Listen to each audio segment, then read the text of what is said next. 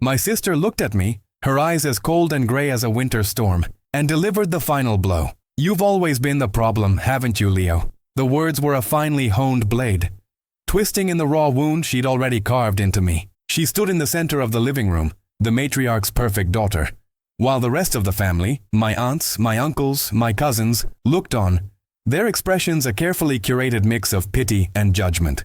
They believed her. Of course they did.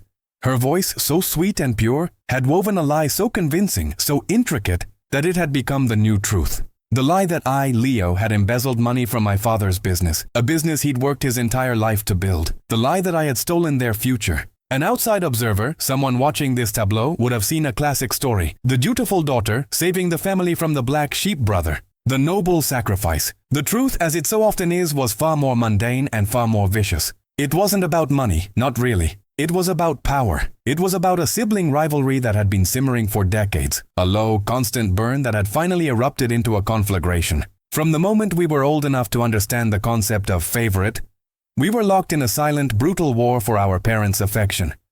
I was the wild one, the artist, the dreamer. She was the sensible one, the achiever, the planner. My messiness was proof of my unsuitability. Her orderliness was evidence of her worth. Our childhood was a series of small, calculated victories and defeats. The time she helped me with a school project, only to take all the credit when it won first place. The time she borrowed my sketchbook to show our father, highlighting the unfinished drawings as proof of my lack of discipline.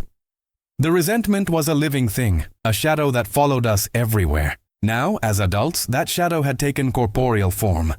She had used my vulnerability, my struggle to find my footing after a failed business venture, as the foundation for her lie. She didn't just want to win, she wanted to annihilate me. After the family gathering, I left, my world a blur of betrayal and shame. The air was heavy, the city lights a mocking constellation. My phone, once a lifeline, became a device of my isolation. Every text, every call was a subtle echo of her lie. "I'm sorry to hear what happened, Leo. We're here for you, but we can't support this." They were all her puppets, dancing to the tune she played. The silence from my father was the loudest. It spoke of his disappointment, a sound that resonated deep in my bones. He was a man of action, not words, and his silence was a verdict. It was in that silence, in the cold, hard reality of my new existence, that something inside me changed. The shame gave way to a cold, hard resolve. She had taken everything, my reputation, my family, my identity. She had said I was the problem. I decided then and there that I would be. The first step was to disappear. I cut off all communication, changed my number, and moved to a small, isolated apartment on the other side of town. I needed to become a ghost, a forgotten memory. I spent weeks in that quiet space, the hum of the old refrigerator my only companion, meticulously replaying every conversation, every interaction. I needed to understand the architecture of her lie, the subtle gestures, the well-placed tears. Her story was a masterpiece of deception, built on a foundation of my own perceived flaws. She had used our shared history against me, twisting my youthful rebellions into something sinister. My love for risk-taking, once a quirk, became reckless abandon. My artistic spirit became irresponsibility. The world saw the flawless facade she presented, the successful marketing executive, the compassionate daughter, a true survivor who had to clean up her brother's mess. An ironic observer would note the poetic symmetry of it all. The liar, the one who had always manipulated the truth, was now seen as the purveyor of absolute honesty. I started my counter-narrative not with words, but with action. I needed to dismantle her carefully constructed world brick by brick. My vengeance wouldn't be a sudden, violent act. It would be a slow, methodical decay. A poison she would never see coming until she was already dying from it. My first move was simple. I needed a new identity.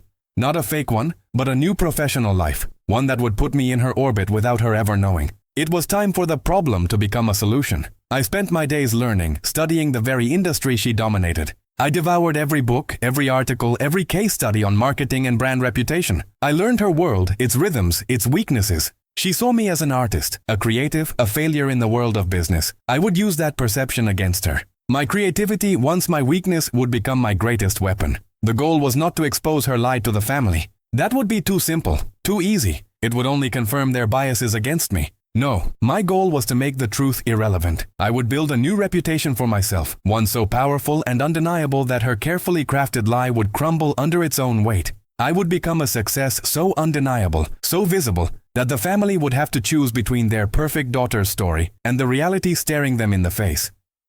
My reputation wasn't her punishment, the destruction of hers would be. The smell of expensive coffee and fresh-pressed suits filled the office. It had been 2 years since I'd last seen my sister's face. Her expression of triumph burned into my memory. Now I sat in a high-rise office building, a world away from the dusty, solitary life I had built. I was no longer Leo, the black sheep. I was Leo Grant, the rising star in digital marketing, known for my unorthodox high-impact campaigns. My work was all about narrative control, about shaping perception. The irony was a bitter, satisfying taste in my mouth. I built reputations, she destroyed them. I was a ghost in the machine, a whisper in the professional world that she frequented. My rise had been swift and deliberate. I started small, taking on forgotten brands, turning their failures into underdog stories. My work was bold, a stark contrast to my sister's corporate safe, predictable strategies. She was a master of the established, the known. I was a master of the unknown, the disruptive. I had used my artistic sensibilities to create viral content, campaigns that didn't just sell products but told stories. My work was an extension of my rage, a silent scream against the injustice she had wrought. Every successful campaign was a testament to her mistake, a whispered, "You were wrong," into the void. An outside observer, privy to the quiet dance of corporate espionage, would find it fascinating. The brother, once cast out, now a ghost competitor, slowly encroaching on his sister's territory. She had no idea. She was too focused on the big leagues, the established players.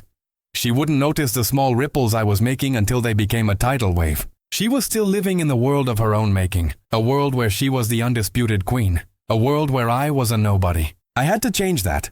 My next target was her biggest client, a luxury brand called Lumina. Landing them would be my first overt act of war. It wouldn't just be a win, it would be a statement. I spent months on the proposal, not just for Lumina, but for the company I was working for. I poured every ounce of my frustration, my pain, and my strategic genius into it. I didn't just want the contract, I wanted to dismantle her strategy piece by piece in my presentation. I wanted to show them a vision so compelling, so different, that they would have no choice but to choose us. The day of the presentation arrived. The boardroom was a sterile, unforgiving space, all glass and polished wood. The Lumina executives sat across from us, their faces a mask of professional indifference. My sister's company, a titan in the industry, was the incumbent. Their representative, a senior partner, presented first. Her voice was smooth, confident. She laid out a plan that was solid, reliable, and utterly uninspired. It was a strategy my sister would have approved of, a safe bet. Then it was my turn. I didn't use charts or graphs. I used a story. I talked about Lumina not as a brand but as a feeling, a legacy. I wove a narrative of rebirth and reinvention, a campaign that would make them relevant to a new generation. I spoke with a passion I hadn't felt in years, my words laced with the bitterness of my exile and the fire of my resolve. When I finished, the room was silent. I didn't need to ask for their decision. I saw it in their eyes. They were tired of the safe bet. They wanted a story. They wanted me. The news broke the next day. A small up-and-coming firm had won the Lumina account, stealing it from the industry giant. The headlines were a beautiful, sweet melody to my ears. My phone, once filled with messages of pity, now rang with offers and congratulations. The family, a distant, judgmental memory, slowly began to creep back. First, a text from my cousin, an awkward, tentative congratulations. Then, an email from my aunt, a passive-aggressive compliment. The messages weren't about me, they were about the new reality. I was a success. My sister, meanwhile, was in an unfamiliar position. The loss of Lumina was a public humiliation, a crack in her perfect facade. She had built her career on an illusion of invincibility, and I had shattered it with a single surgical strike. It was time for the second act. It was time for her world to burn. I didn't stop with Lumina. I went after her other clients, one by one, using the same strategy. My creative, unpredictable approach against her predictable, corporate one. I was no longer a ghost.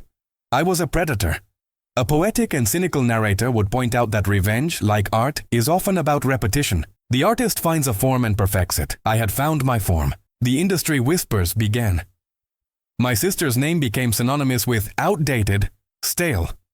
Her reputation, once as solid as granite, began to erode. I saw a picture of her in a business magazine. Her smile, once so serene, seemed strained, the light in her eyes a little dimmer. The world was watching her fall, and they had no idea who was pushing her. I was the silent hand, the unseen force, the architect of her professional ruin. The final act was not a public spectacle but a private confrontation. I received an invitation, not from my sister but from my father, a terse email asking me to a small family dinner. It was a summons, not an invitation. It was the moment of truth. My heart hammered against my ribs, a chaotic drumbeat of fear and triumph. I walked into the house that had once been my sanctuary, now a monument to my banishment. The air was thick with unspoken words. My sister sat across from me, her face pale, her eyes hollow. She was a different person.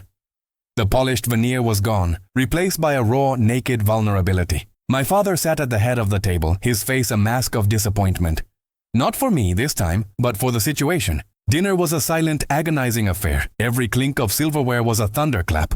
Finally, my father broke the silence. "Your mother and I received a letter from the bank," he said, his voice flat. "Lumina's CEO sent it. He said he was so impressed with your work, he did a background check on you. A detailed one. He uncovered the truth." He looked at my sister, his gaze a weight she could not bear. "He knows everything, Victoria. That you forged the documents. That you moved the money to a shell account in a foreign bank. He knows it wasn't Leo." My sister flinched, her carefully constructed world collapsing with the weight of his words. An ironic narrator would be at their peak here. The lie, so meticulously crafted, was undone not by the hero's righteous fury, but by a mundane, bureaucratic process. The CEO of a company looking into the history of his new star found a stain and, in a moment of professional courtesy, revealed it. The truth had finally caught up.